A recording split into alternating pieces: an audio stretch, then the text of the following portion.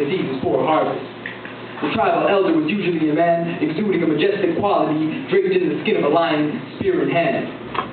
We thought freedom was in the hands of the imperial powers, who were of the ideology that equality and camaraderie was only a reality if you were of the same shade of skin. You see, they had the audacity to buy, sell, and trade human beings like commodities. It's all right to take a man's wife and a man's life, long as he's not white. But the philosophy and hot iron brandish the name of the oppressor to identify his property, and hot iron, bright red crackles and autumn air searing into flesh rich like mahogany. We thought freedom was in the hands of our civil rights leaders.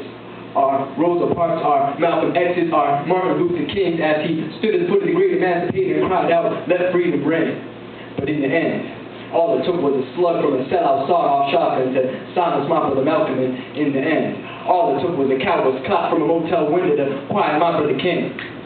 And as I try to correlate this with freedom, I ponder and I put myself in a position where I'm potentially perplexed as to how we prematurely parted ways with two of our most prolific leaders.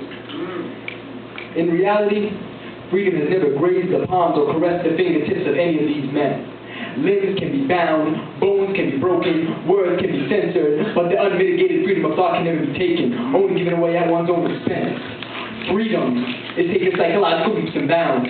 Freedom is studying the works of Niccolo Machiavelli and of Karl Marx and of Friedrich Nietzsche and of Sun Tzu and being able to sit through the nonsense and extract the gems.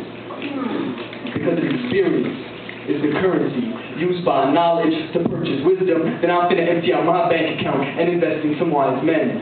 Because in the end, the only true freedom you and I possess is the freedom to imagine, the freedom to formulate our own opinions, the freedom to hope, the freedom to dream, the freedom to despise, the freedom to love, our freedom of thought.